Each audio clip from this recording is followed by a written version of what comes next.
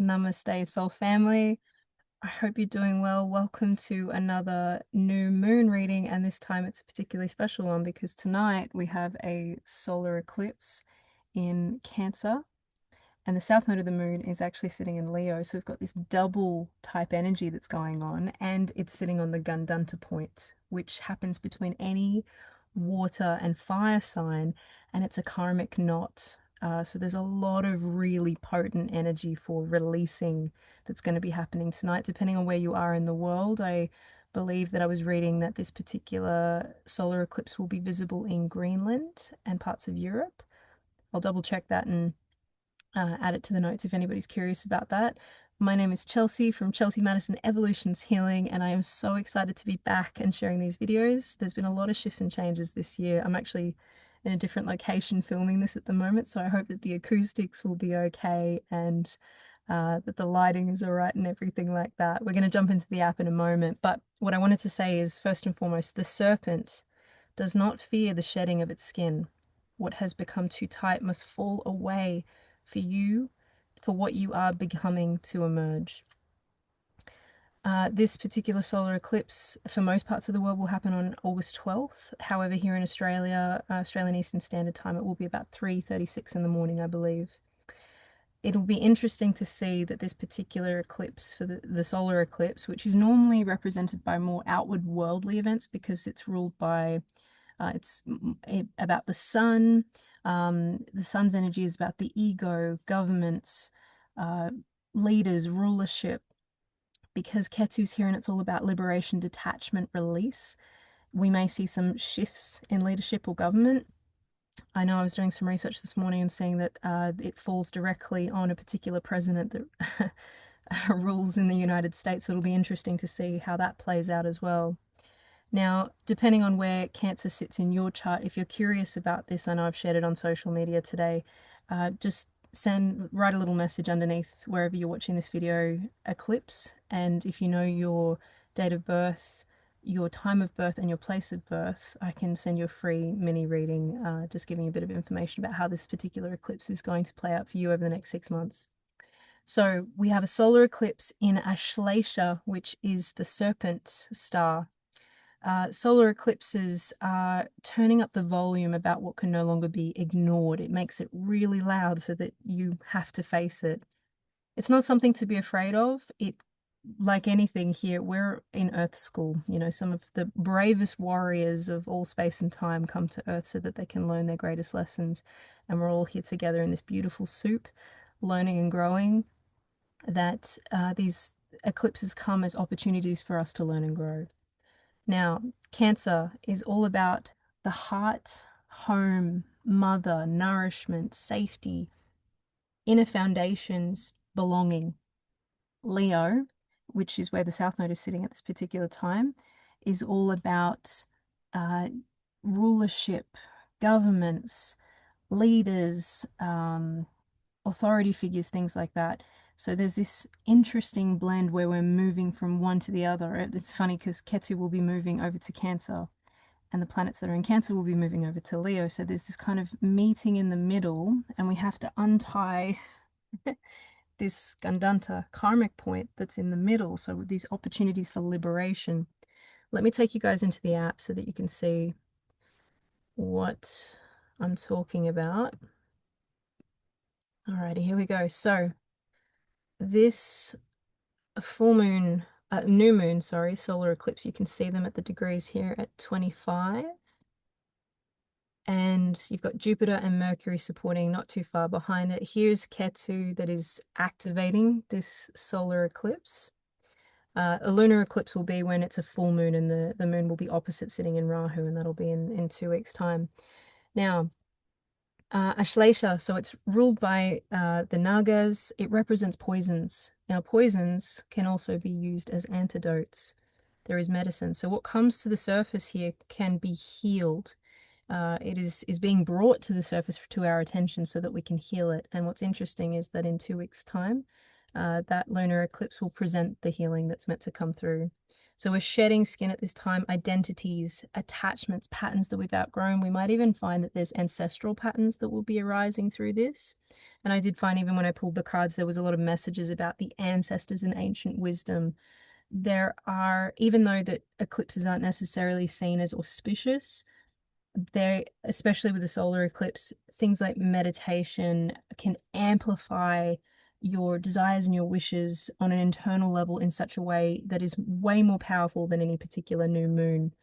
Now, Ashlesha, the shadow aspects of this particular nakshatra is attachments and addictions. You may find that you're reflecting on those themes. Control, manipulation, buried anger and fear, emotional entanglements, ancestral patterns, illusions, or ways that we have found ourselves coping in unhealthy ways. The light aspect of Ashlesha, deep intuition, hidden wisdom revealed, emotional healing, discernment, regaining your personal power, transformation, regeneration, and freedom from attachments. So the key message here is that the poison that is revealed becomes the medicine. Now, that Gandanta point that I was talking to you about is sitting right here. So it's anytime there's a water and a fire sign. We've got Cancer to Leo, that's one. Scorpio to Sagittarius, that's another. And Pisces to Aries is over here. So these opportunities to release karma that comes through this transition. So we're looking at emotional security, stepping into identity and personal power, which again is that word of the month that keeps coming up around me is what have you bought into as your personal identity, and who are you actually at your core, and who do you want to be is what you need to ask yourself, and what needs to shift and change so that you can step into your personal power and your identity on a more authentic level. Emotional attachment. What is keeping your old identity alive? So we're having this ego detox with Ketu sitting here in Leo. Releasing the need for recognition, validation, or control, becoming your own authority. And it was interesting in the cards, I saw this theme around being a shepherd, but to yourself, not to sheep or to become a sheep of other people. Bridging into a new version of yourself. It's very much this Gandanta energy. Now we can see that we've got Jupiter and Mercury sitting here as well in Pusha Nakshatra, which is all about nourishment. So, you know, as I'm doing this research and listening to different astrologers, some people will say, oh, this is going to take a hit on Jupiter and Mercury. But depending on how you look at it, Jupiter and Mercury are going to be providing such a benefic, supportive energy here that there is intellect and wisdom to help us digest what comes up through the solar eclipse. Wisdom, faith, perhaps teachers in your life, higher perspectives that might come through to help assist you. Nourishment and spiritual wisdom, understanding. Yeah, that you just might find that a teacher, a book, or a message arrives at the right time. Really great insights that can come through here. Be mindful of overthinking or overanalyzing things as well. Mercury understands the pattern and Jupiter gets the meaning. So over the next 6 months, you'll find that hidden truths will be revealed. I should note too that with Ashlesha, we can find that things that were hidden, like hidden secrets or knowledge, can come out, whether it be on a government level or even in our own personal lives too. Yeah, over the next 6 months, outgrowing certain people, places, or roles, changing of power dynamics, releasing external validation, rewriting old stories, ancestral emotional healing, leadership structures changing, inner transformation to external changes. And it'll be interesting to see, I believe it's November the 2nd, that Mars, that's sitting here in Gemini, will pass over this 25th degree. So it kind of creates this like portal when the eclipses happen. So it's happening at 25 degrees of Cancer. When Mars passes over this, it's kind of like a wound that gets activated again. So it'll be very interesting to see what happens when Mars passes over that point on November 2nd. Eclipse housekeeping.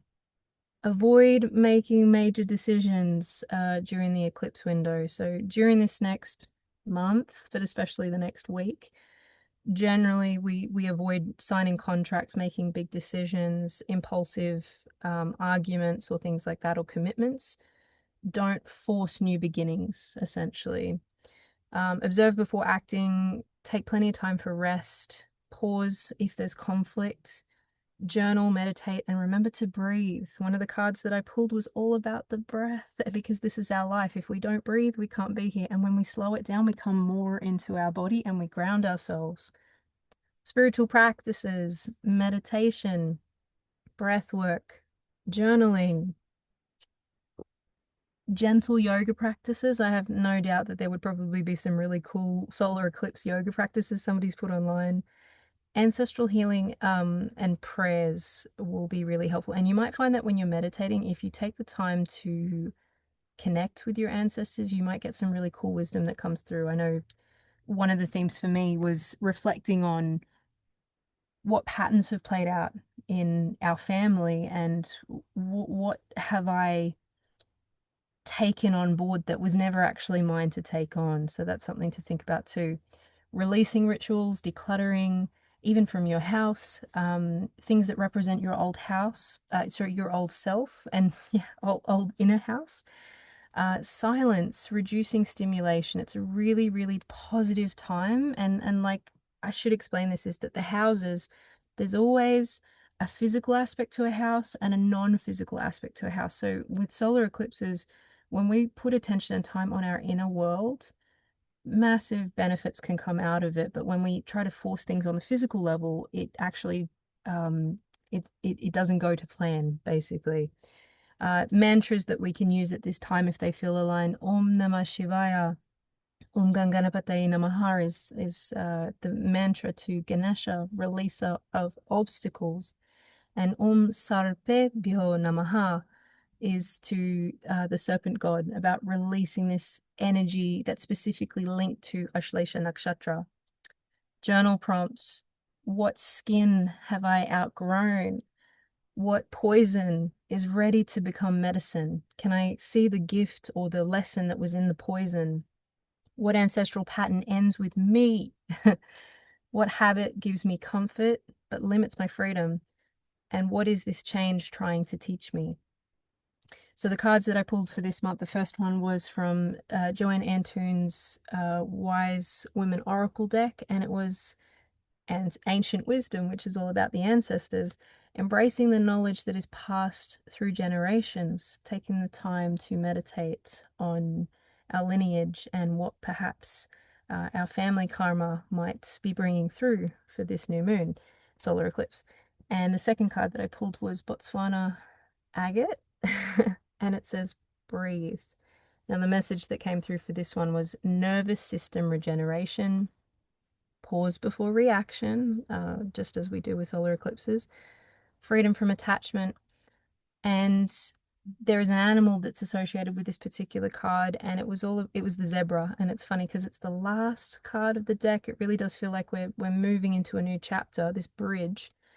Question your reality, see beyond illusion, hidden knowledge, which is all about Ashlesha, expanding consciousness, don't force disagreement, pause and observe.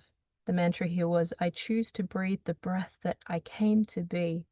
I create my life. It is what I am. I always pull these cards before I do any research on these readings, or even before I even pull up the charts. And I just find it every single time how amazing, how accurate they are. When I do Vedic astrology readings for clients as well, I always make sure to add some of these in too, because I just think it's just super cool. Now the next moon, the lunar eclipse, the full moon, will be on the 28th of August, and this will be happening in Aquarius in Sattvavisha. It's represented by the 100 healers. So what Ashlesha exposes as poison, Sattvavisha will bring the medicine. This eclipse is asking, what must I shed? And this coming eclipse is, how do I heal and become free? As we come to the end of this reading, I just wanted to say that you don't need to fear what is falling away at this time. Some things are simply too small for the person that you are becoming, and that is totally okay. Breathe, observe, shed old skin, and trust the wisdom that's being revealed, because you've got lots of support from this Jupiter and Mercury here. As always, I am a CTC practitioner, cut the crap, combined therapy cocktail, master therapist, Reiki practitioner and a Vedic astrologer. If you would like to find out where this is happening in your chart and you know your time of birth, your date of birth, time of birth, and place of birth, send me a message or write Eclipse under wherever you're watching this video, and I would love to help support you with a mini free reading on that, just to give you some clarity about how this is playing out for you. Until the next eclipse, I'm sending you so much love, and thanks for tuning in. See you soon. Bye.